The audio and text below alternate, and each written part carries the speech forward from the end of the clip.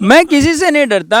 मैं भारत के किसान का बेटा हूँ। माने वो नेपाल चला जाता है, ब्लैक कर देते हैं, भेज देते हैं सब। मंत्री भी शामिल होते हैं, सारा पैसा वहाँ तक डंप होकर जाता है। ये हर नमस्कार, मैं हूं चंद्रभान। आप देख रहे हैं विलेज दस्तक।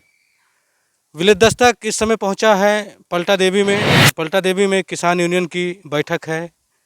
अभी इसके पहले मीटिंग चल रही थी और हम किसान यूनियन के जो पदाधिकारी हैं उनसे बात करेंगे, जानेंगे कि इतने ठंड मौसम में आखिर क्या ज़रूरत थी मीटिंग की। स्कूल की जैसा कि छुट्टियां भी चल रही हैं, ठंडक का मौसम है, और क्या ऐसी आवश्यक आन पड़ी कि यहाँ पदाधिकारियों को बुला के मीटिंग किया जा रहा है। तो हमारे साथ बात करने के लिए मौजूद हैं शिव सागर यादव जी, जो भारतीय किसान यूनियन लोक शक्ति के जिला अध्यक्ष हैं। इन्हीं से बात करते हैं कि किस लिए मीटिंग की जा रही थी। महोदय, आज ये पलटा देवी मंदिर के प्रांगण में हम लोगों ने आज कार्यकारिणी की बैठक बुलाई थी। जो इलाहाबाद में राष्ट्रीय महापंचायत लगना है, उसी के बारे में विस्तृत जानकारी सबके पास भेजनी थी, जो पहले भी ग्रुप के माध्यम से दे दी गई थी। लेकिन जो हम ग्रुप के माध्यम से सूचना देते हैं, बहुत से ऐसे किसान देवता हैं, जो पदाधिकारी गण हैं, कार्यकर्ता हैं, जो उस बात को नहीं समझ पाते हैं। उनकी छोटी छोटी मोबाइलें होती है, जो ऑनलाइन की जानकारी ज़्यादा नहीं उन तक पहुंच पाती, इसलिए कार्यकारिणी की बैठक बुलाई गई थी। और ये जो 19, 20, 21 हमारा राष्ट्रीय महापंचायत लगना है, राष्ट्रीय अध्यक्ष जी के नेतृत्व में हम लोगों को वहाँ पर पहुँचना है और वहाँ पर संख्या ले जाना है। इसी के बारे में हम लोग यहाँ पर चर्चा करने के लिए आए थे। हमारी सारी संगठन की जो भी बातें थी लोगों तक पहुँचा दी गई है और 18, 19 और 20 में हमको यहाँ से प्रस्थान करना है।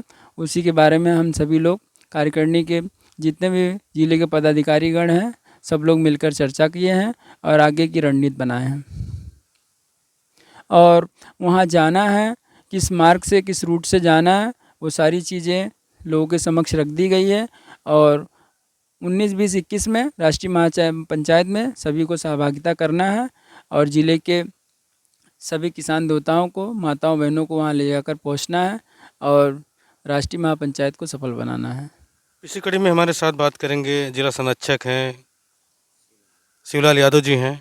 काफ़ी तेज तर्रार हैं। अभी भाषण इनका आप हमारे चैनल पे देखेंगे।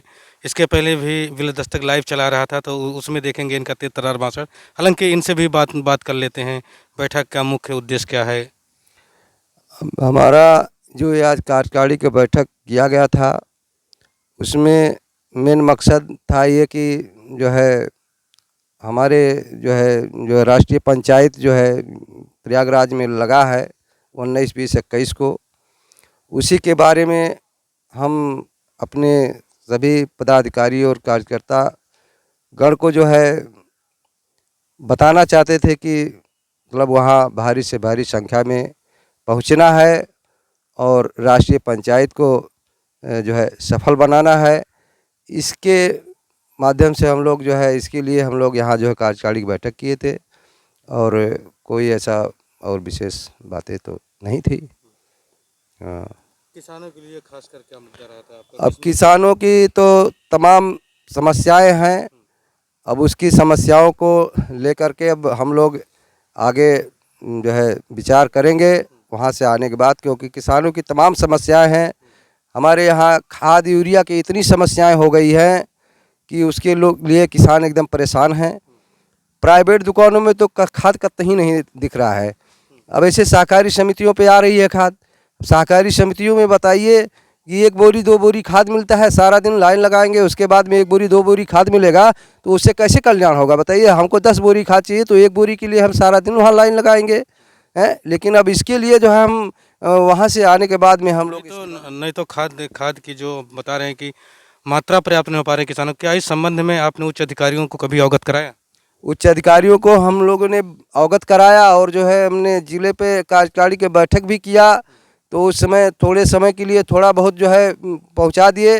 लेकिन फिर भी आज तक हम देख रहे हैं कि वही समस्याएं हैं कि किसानों को पूरी मतलब भरपूर जो है खाद नहीं मिल पा रहा है। लोग परेशान हैं। जो है सारा जितना खाद आता है, अगर सहकारी समितियों पे आती है 500 बोरी खाद आया 100-200 बेच दे देते हैं लोगों को एक एक बोरी, बाकी सब रात में गायब हो जाती है। रात में गायब होने का मतलब क्या, समझ नहीं पाया मैं। मने वो नेपाल चला जाता है, ब्लैक कर देते हैं, भेज देते हैं। 100-200 बोरी खादी एक एक बोरा दे देते हैं लोगों को, वो भी सारा दिन लाइन लगाते हैं, सारा दिन वहाँ खड़े रहते हैं, तब जा करके 1 बोरी 2 बोरी खाद मिलता है। अब बताइए कितना किसानों की समस्याएं हैं, लेकिन अब इसके लिए जो है अब हम लोग वहाँ से आने के बाद में इसकी लड़ाई हम लड़ेंगे। हाँ, एक बार पुनः बात कर लेते हैं अध्यक्ष जी से, कुछ आप कहना चाह रहे हैं। हमारे जिला संरक्षक जी ने अभी जो बातें यूरिया से संबंधित रखी है, इसके लिए हम लोग 1-1.5 महीना पहले हम लोग अनशन पर बैठे थे, जो जिला कृषि अधिकारी के माध्यम से और नवगढ़ तहसील के जो एसडीएम साहब उनके माध्यम से डीएपी की पूर्ति की गई थी। लेकिन डीएपी की पूर्ति होने के बाद में जब सिंचाई का समय आया, फिर वही किल्लत फिर यूरिया की आ गई है और किसान एकदम परेशान है। सहकारी समितियों पे जो मतलब इनका रैक लगता है, वो लाइन से किसानों को देते हैं, लेकिन समस्या वहाँ उत्पन्न हो जाती है कि 2-4-10 किसानों को देने के बाद में ये कह देते हैं कि समितियों से खाद समाप्त हो गया है। उसके बाद रात को ताला वाला खुलवा कर 450-500 में लोग ब्लैक कर देते हैं। ये बहुत बड़ी समस्या ज़िले की। इसके ऊपर जिला कृषि अधिकारी को, जिला अधिकारी को और जो भी संबंधित विभाग के अधिकारी हैं उनको ध्यान देना चाहिए। लेकिन ये समस्याएं बढ़ रही है। आने वाले समय में इसी तरह भविष्य में अगर किसान को खाद और यूरिया के लिए अगर परेशान होना पड़ा तो बहुत ही समस्याएं उत्पन्न होगी, जिसके खिलाफ हम लोग पूरे जी जान से लड़ाई लड़ेंगे और शासन प्रशासन को ये जवाबदेही देना पड़ेगा कि कहाँ से यूरिया की खाद आती है, कितना मात्रा में वहाँ बनता है और किस किस ज़िले को कितना आवंटित किया जाता है। ये सब सारी सूचना हम उनसे मांगेंगे। एक बार हमने मांगा भी था, उन्होंने गोल गोल घुमाकर सारी बातें बता दी, जिससे हमने अनशन अपना समाप्त कर दिया था। लेकिन हम अब राष्ट्रीय महापंचायत में जा रहे हैं प्रयागराज में, वहाँ अपने राष्ट्रीय अध्यक्ष जी से इस बारे में चर्चा करेंगे, वो भारत सरकार से इस बारे में चर्चा करेंगे। जो भी वहाँ से हमको जानकारी उपलब्ध कराई जाएगी, उसी के आधार पर हम फिर से लड़ाई चालू करेंगे और इसमें किसानों को जो भी न्याय हित के तौर पे खाद मिलना चाहिए, सीमा में मिलना चाहिए, कहाँ तक मिलना चाहिए, ये सारी लड़ाई फिर से लड़ी जाएगी।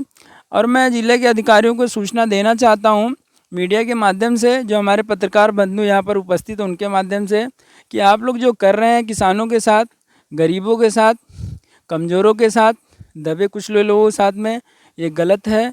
आप उन लोगों का श्राप मत लीजिए। आपके घर में, आपके परिवार में आने वाला भविष्य है, उतना ही कीजिए जितना ईश्वर भी देख सके। ऐसा कोई कार्य ना करें जो आपके घर में लोगों को श्राप मिले और किसान देवताओं का पाप आप लोग को लगे। किसान ही ऐसा व्यक्ति है जो अनाज धरती से उत्पन्न करके आपके घरों तक पहुंचाता है। जब वही सुखी नहीं रहेगा तो संसार सुखी कैसे हो सकता है। या अभी आपने जिक्र किया कि जो खाद के दुकान हैं वो रात में दुकान खोलकर ब्लैक मेलिंग करते हैं, तो पूरे जनपद की बात आप कर रहे हैं, ऐसा तो होगा नहीं।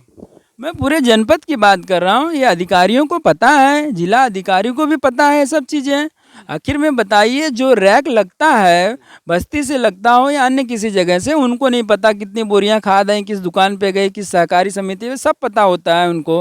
लेकिन किस दुकानों से रात में ब्लैक किया जा रहा है, आपको है जानकारी दुकान? अच्छी तरह जानकारी है।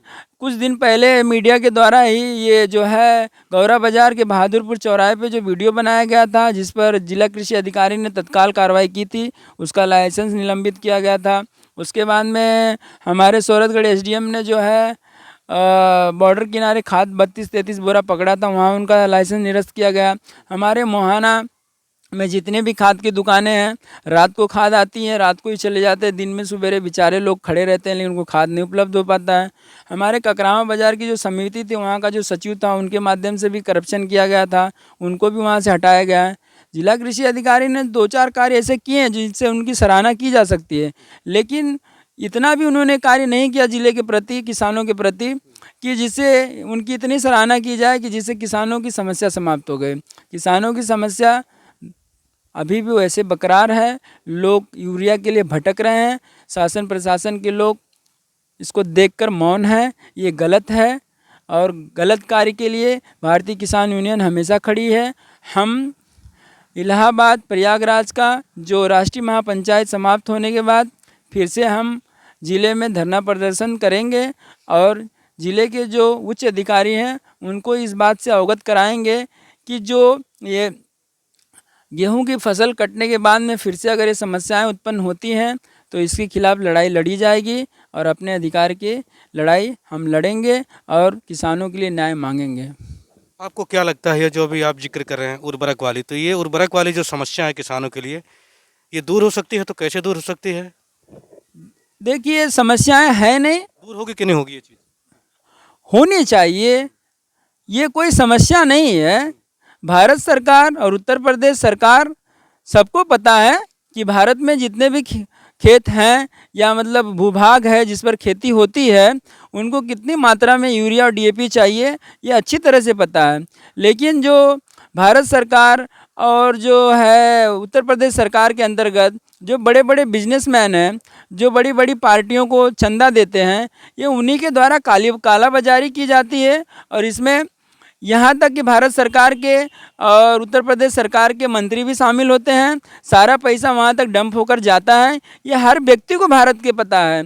लेकिन कोई इस विषय को ना छेड़ता है और ना इसके ऊपर कोई लड़ाई लड़ता है, क्योंकि सबको पता है कि ये जान जोखिम वाली काम है। अगर कोई आवाज़ उठाएगा तो उसको जान से मार दिया जाएगा या तो उसकी बात को दबा दिया जाएगा, फर्जी मुकदमे फंसा के उसको जेल भेज दिया जाएगा। इसलिए बहुत कम ऐसे लोग होते हैं जो इनके खिलाफ़ आवाज़ उठाते हैं और जो आवाज़ उठाते हैं उनको दबाया जाता है। इसलिए कोई लड़ाई ना कोई संगठन लड़ता है ना किसी पार्टी के नेता लड़ते हैं, ये आप सबको भी पता है, मीडिया को भी पता है। अभी आपने जो नाम लिया, आपने कहा भी कि डर है, तो क्या आप नहीं डरते हैं क्या?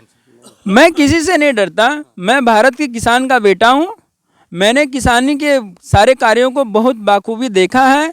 हम लोग मिट्टी में ठंडी हो, गर्मी हो, बरसात हो, हम लोग उस मिट्टी के साथ में अपनी माँ की भांति चिपके हुए रहते हैं। हम लोगों को ना सांप से डर है, ना शेर से डर है, ना समाज के जो दुश्मन उनसे डर है।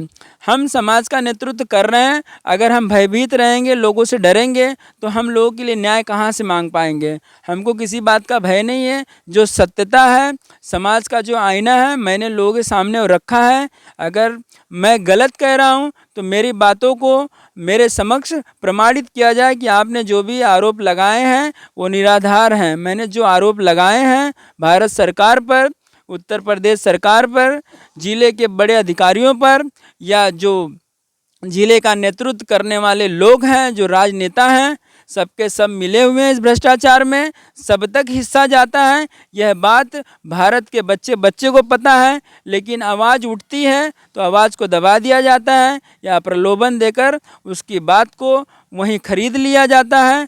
अगर व्यक्ति को उस कार्य से हटा के किसी अन्य चीज़ में रख दिया जाता है कि जिससे ये सारी समस्याएं जो उत्पन्न हुई है वो लोगों के सामने ना आ पाए। हाँ, सुरेश जी क्या कहना चाह रहे थे? आप कुछ अभी बोलना चाह रहे थे?